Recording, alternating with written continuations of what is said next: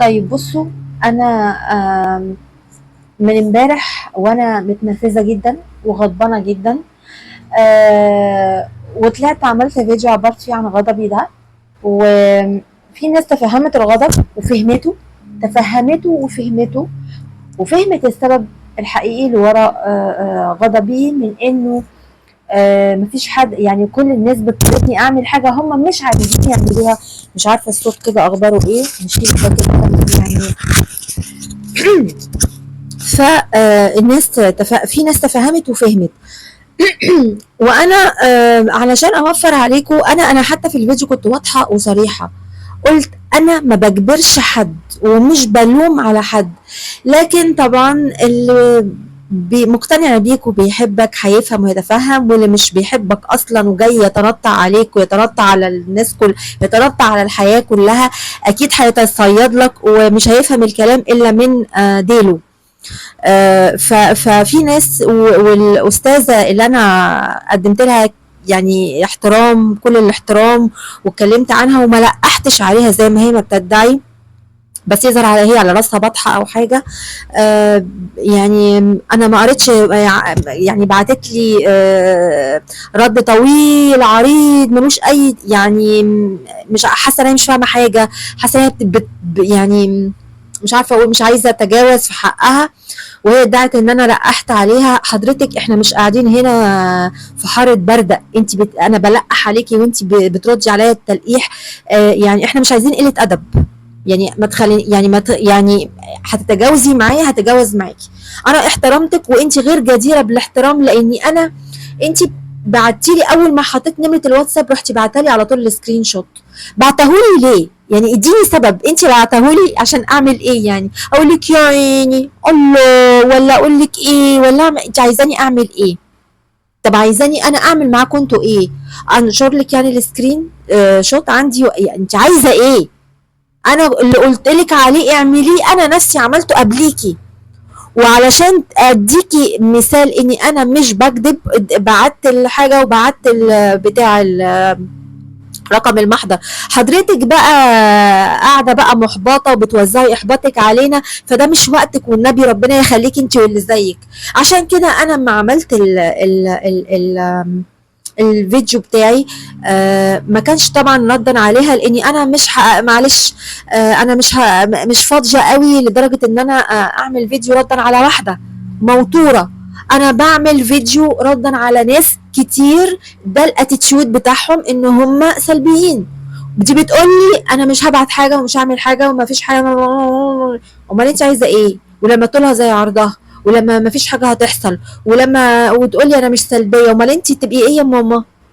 اما انت مش سلبيه، امال انت تبقي ايه؟ يعني نسميكي ايه؟ فيعني واحنا مش فاضيين لكم بنتابع محمد المصري. يا ست ما تتابعي اللي تتابعيه يا ست انت. هو انا بقولك تعالي، هو انا باخد على الراس فلوس؟ والله انا عايزه اخد يعني اتكسب من القناه، بس لسه ما تكسبتش منها ولا اي حاجه، اقسم بالله، مع ان انا عايزه اتكسب منها يعني. فانا مش واخده على حد فلوس، انا فاتحه القناه دي علشان اعبر عن وجهه نظري، هي اسمها وجهه نظر، بقول فيها وجهه نظري اللي ما بلزمش بيها حد. لكن ده مش معناه اني انا بقول للناس اللي بتحبني وبتتابعني ومقتنعه بيا اعملوا كذا وانا بعمل كذا. ما بقولش لحد اعمل وانا ما بعملش. وبعدين انا لما بزعل انا حره ازعل زي ما انا عايزه. وقلت في الفيديو بتاعي انا مش بلوم على حد وما اقدرش اجبر حد على حاجه، وفي نفس الوقت ما حدش برضو يقدر يجبرني على حاجه. انا لما جيت ما اتكلمش عن موضوع اللاجئين لاسباب صحيه تخصني، انتوا طول الوقت بتقولوا لي لا اتكلمي انت صوتنا، فانتوا بتحملوني مسؤوليه. وبما اني انا بتحمل المسؤوليه مش بس عشان انتوا بتقولي لا، لان انا كمان مصريه، وده الاتيتيود بتاع الناس كلها في كل القنوات اللي بتتكلم يعني بتقدم اي محتوى. كل الناس بتوقف اليوتيوبرز تقول لهم لا اتكلموا عن اللاجئين، لان هي دي القضيه الاساسيه بتاعتنا دلوقتي. انا يعني انتوا عايزين مثلا حد زي اللي بيقعد يهنكوا ويقول ان انتوا لجان؟ يعني انتوا عايزين ايه؟ انتوا عايزين ايه؟ اللي بيبعت لي السكرين شوت ولا صوره ولا فيديو ولا انتوا عايزين تعمل، يعني عايزيني اعمل ايه لما تبعتوا لي حاجه زي كده؟ عايزين نطلع اتكلم ونقعد بقى كلنا ولطميات بقى يعني مش عارفه ايه، والدوله الوحشه الشريره تمشيهم امتى، وفي ناس ما زالت مصره تهاجم الدوله. يا جماعه احنا لما بنتكلم عن حاجه في اي موضوع، اي دوله فيها سلبيات وفيها ايجابيات، واي رئيس مهما كان كويس له غلطاته. احنا على فكرة أنا ما بعتش البلاغ وبس، أنا بعت للرئيس وبعت لمتحدث المجلس العسكري وبعت مش بعت في مليون حتة. خلاص، فأنا بقول لكم اعملوا اللي أنا نفسي عملته. أنا بقى بتضايق من إيه؟ أنا كنت الكونسبت بتاعي إيه لما كنت بكلمكم امبارح، وسبب ما أنا متنرفزة إنه يا جماعة هو يعني لما أنا بس لوحدي أبعت بلاغ ممكن الدولة ما تهتمش فعلا، لكن لما انا ابعته انتوا تبعتوا على نفس الحاجة، ساعتها لا، هيبقى احنا عندنا صوت وفي اتجاه، في اتجاه لحاجة معينة. ده في البت دي اللاجئة دي عاملة قلق، ده احنا جالنا كمية بلاغات من ناس، ساعتها هيبقى فيه اهتمام. انما صوت انا لوحده مش كفاية. ف يعني مش عارفة اقول ايه، انا كنت عندي كلام كتير اقوله بس انا حقيقي متنرفزة، ولو قلت انا اللي عندي كله انا هغلط. وقلت امبارح، قلت انا مش بلزم حد يدخل عندي ولا يشوفني. السلبي واللي مصر على السلبيه واللي مش مصر على انه ما يعملش حاجه واللي هيوزع علينا احباطه، لو سمحتوا امشوا من قناتي. وفي فعلا ناس مشيت بالقناه بالحسنى، وفي ناس جت قالت ادبها عليا قبل ما تمشي وتقول لي احنا بنتابع محمد المصري مش بيعمل زيك. يا ست ما تتابعي اللي انت تتابعيه ولا ما تتابعيش اللي انت انا عارفه انها هتشوفني، انا عملت لها يعني بلوك من قناتي بس انا عارفه انها هتشوفني.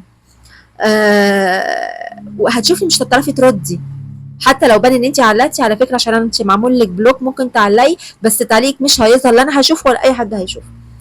آم آم انا من ساعه ما فتحت قناتي لحد اللحظه اللي انا بكلمكم فيها دي، كنت عمري ما رديت على حد، حتى لو اساء الادب قوي كنت كل الحكايه بمسح التعليق وهعمل له بلوك وخلاص. لكن ان انت تطلبي مني حاجه وبعدين تطلعي تقولي لا انا ما اعملش، انت جايه تسخنيني، انت وغيرك انتوا ايه بتسخنوني انا مثلا؟ انت انا مش عايزه اكمل في الكلام عشان ما اغلطش، بس يا جماعه لما بطلب ان احنا نبقى مش صوت واحد، نبقى كذا صوت بنعبر عن موضوع واحد قدام الدولة عشان الدولة تستجيب وتسمع. الدولة سامعة بس الاستجابة تعتمد على الحالة. للمرة العشرة أنا لحد دلوقتي، لحد اللحظة اللي بكلمه قبل ما أعمل الفيديو ده على طول، أنا لسه عاملة بلوك لناس مصرين إنهم يقولوا ننزل ونعمل ننظم وقفة. وقفة إيه اللي هتنظمها يلا؟ وقفة إيه اللي هتنظمها يلا؟ ها؟ يا إخوان يا خروف، انا عن نفسي انا ببرأ، يعني انا قدام ربنا وقدام ضميري وقدام بلدي وقدامكم وقدام الدولة، لو الدولة بتتابعنا انا لا بدعو لنزول ولا عايزة حد ينزل، وانا نفسي مش هنزل. انا لسه عندي صدمة من لما السيسي جه قال الناس تنزل علشان تقول لا للتهجير. الناس عشان مغيبة طول الوقت باعلام مغيب وبيصور الناس، يعني بيصورهم بالسه انه يخليهم يثوروا بالمشاهدات بتاعت قتل الفلسطينيين، فالناس نزلت تدعم غزة مش بتقول لا للتهجير. فانتوا عايزين تنزلوا ليه؟